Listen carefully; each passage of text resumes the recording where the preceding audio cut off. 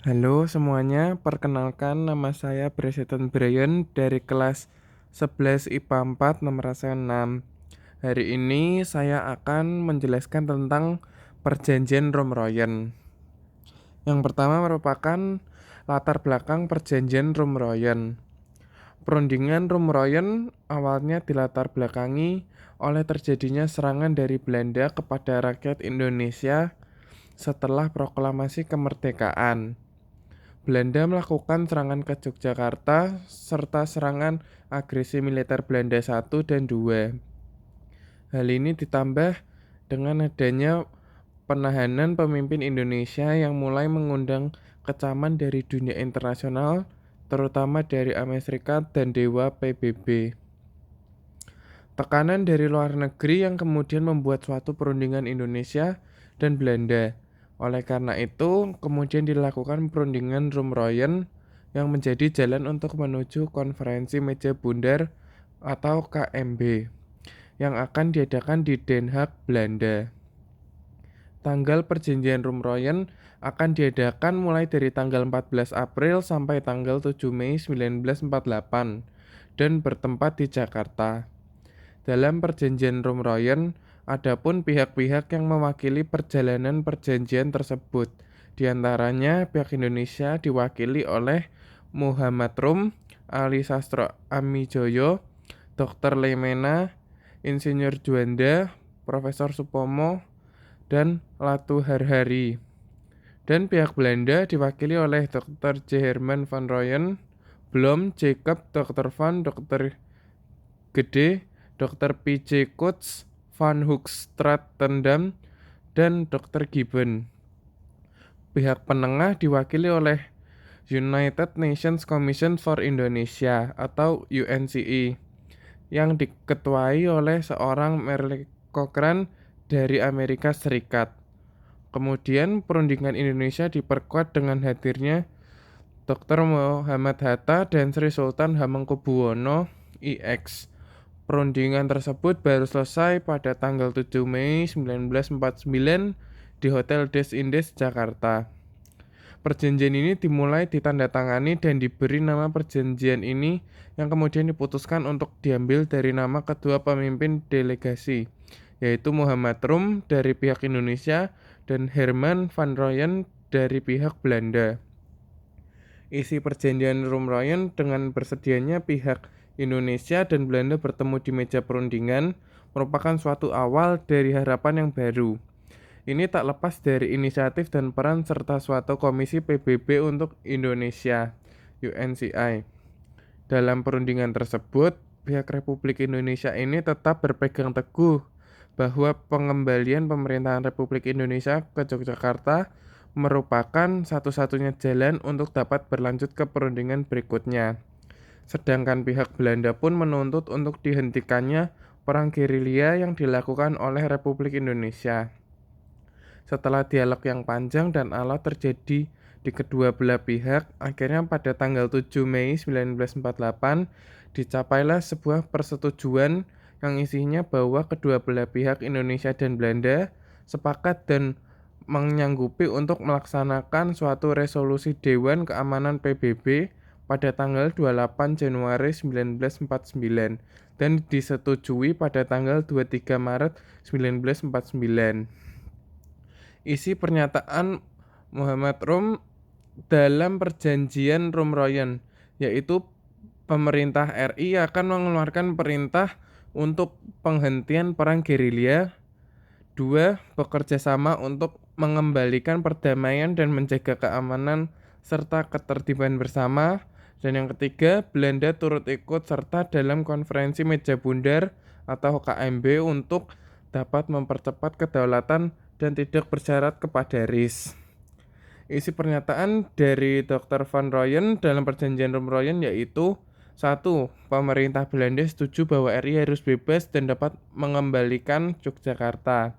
2. Pemerintah Belanda membebaskan secara tidak bersyarat kepada pemimpin RI dan tahanan politik yang ditawan pada dari tanggal 19 Desember 1948. Pemerintah Belanda menyetujui bahwa RI akan menjadi bagian Republik Indonesia Serikat atau RIS Dan yang terakhir adalah KMB akan secepatnya diadakan di Den Haag, Belanda setelah pemerintah RI kembali ke Yogyakarta. Hasil dari perjanjian Roem-Royen adalah Angkatan Bersenjata Republik Indonesia harus dapat menghentikan semua kegiatan gerilya. Yang kedua, pemerintah Republik Indonesia akan ikut serta menghadiri konferensi meja bundar atau KMB. Ketiga, akan kembalinya pemerintahan Republik Indonesia ke kota Yogyakarta. Yang keempat, Angkatan Bersenjata Belanda akan menghentikan semua operasi militer dan akan membebaskan semua tahanan perang dan politik. Yang kelima, Belanda menyetujui Republik Indonesia yang sebagian dari negara Indonesia Serikat. Yang keenam, kedaulatan akan diserahkan kepada Indonesia secara utuh dan tanpa syarat apapun. Yang ketujuh, Belanda dan Indonesia akan mendirikan sebuah persekutuan dengan dasar sukarela dan persamaan pada hak. Dan yang terakhir adalah Belanda memberikan semua hak, kekuasaan, dan kewajiban kepada bangsa Indonesia. Pasca perjanjian Roem-Royen tanggal 6 Juli, Soekarno dan Hatta kembali dari pengasingan ke kota Yogyakarta, ibu kota, sementara dari Republik Indonesia. Tanggal 13 Juli, Kabinet Hatta yang mengesahkan perjanjian Roem-Royen dan Syafruddin Parinanegara yang menjabat sebagai Presiden PDRI pada tanggal 22 Desember 1948 akan menyerahkan suatu mandatnya kepada Insinyur Soekarno dan resmi mengakhiri keberadaan PDRI pada tanggal 13 Juli 1949. Tanggal 3 Agustus, gencatan senjata Belanda dan Indonesia dimulai di daerah Jawa pada 11 Agustus dan di daerah Sumatera pada tanggal 15 Agustus. Konferensi meja bundar mencapai suatu persetujuan tentang seluruh masalah dalam agenda pertemuan kecuali pada masalah Papua Belanda. Dan yang terakhir merupakan dampak perjanjian Roem-Royen.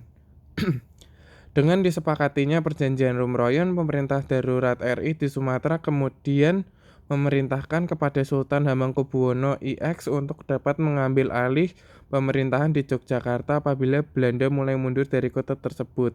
Partai pertama yang menyatakan setuju dan menerima baik tercapainya suatu perjanjian Roem-Royen adalah Partai Masyumi. Sementara Ketua Umum PNI yang menyatakan perundingan ini merupakan satu langkah ke arah tercapainya penyelesaian dari masalah-masalah yang ada di Indonesia. Pihak Angkatan Perang yang menyikapi terjadinya perjanjian Roem-Royen dengan perasaan curiga Panglima Besar Jenderal Sudirman pada tanggal 1 Mei 1949 memperingatkan kepada para komandan kesatuan agar tidak terlalu memikirkan suatu perjanjian tersebut. Pada tanggal 22 Juni, diadakan suatu diskusi perundingan dengan BFO, Indonesia serta Belanda terkait kelanjutan perjanjian Roem-Royen. Perlu kalian ketahui perundingan ini di bawah pengawasan Komisi PBB yang dipimpin oleh Critchley dari Australia. Hasil perjanjian Roem-Royen ini meliputi pengembalian pemerintahan Republik Indonesia yang dilaksanakan pada 24 Juni 1949. Kemudian Karesidenan Surabaya dikosongkan oleh tentara Belanda dan tepat pada tanggal 1 Juli 1949 pemerintah Indonesia kembali berpusat di Yogyakarta setelah TNI menguasai suatu keadaan sepenuhnya daerah tersebut.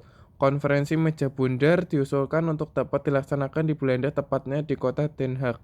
Masalah penyelesaian permusuhan akan dibahas setelah kembalinya pemerintahan Indonesia ke kota Yogyakarta. Hasil permusyawaratan yang dapat dicapai ini akan dicantumkan dalam sebuah memorandum setelah para pemimpin Indonesia berkumpul di kota Yogyakarta. Kemudian tanggal 13 Republik Indonesia akan mengadakan sidang kabinet yang pertama. Dalam sidang kabinet tersebut, Sultan Hamengkubuwono ditunjuk untuk menjadi koordinator keamanan dan sekaligus Menteri Pertahanan RI. Sekian penjelasan tentang perjanjian Roem-Royen dari saya. Mohon maaf jika ada persalahan kata ataupun nama yang kurang tepat yang saya ucapkan. Terima kasih.